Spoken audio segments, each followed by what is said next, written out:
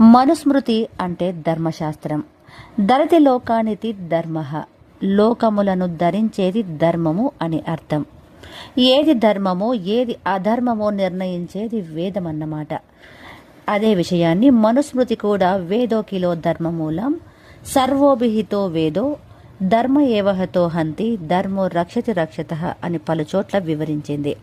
మనిషిగా బతకటానికి, మనిషిగా ఎదగటానికి చాలా ముఖ్యమైన ధర్మాన్ని ప్రబోధించిన వాటిలో వేదం తర్వాత మొదట చెప్పదగినది ధర్మశాస్త్రాలు. ఆ ధర్మశాస్త్రాలలో అగ్రగణ్యమైనది మనుస్మృతి.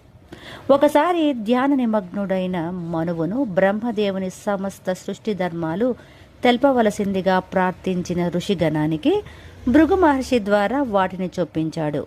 అదే ఈ మనుస్మృతి. అల్పజ్ఞాత్ బిభ్యతి వేద ఏషమ్మా ప్రతిరిష్యతే ఇది తస్మాధ్యానురవద తద్భేషజం.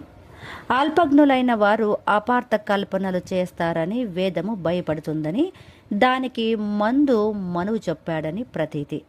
అందుకే ధర్మ శాస్త్ర గ్రంథాలన్నింటిలోనూ మనుస్మృతికి అగ్రస్థానం ఉంది. అయితే యుగ యుగంలోనూ ధర్మాలు మారుతూ వచ్చాయి. అట్లాగే ధర్మశాస్త్రాలు కూడా మారుతూ వచ్చాయి.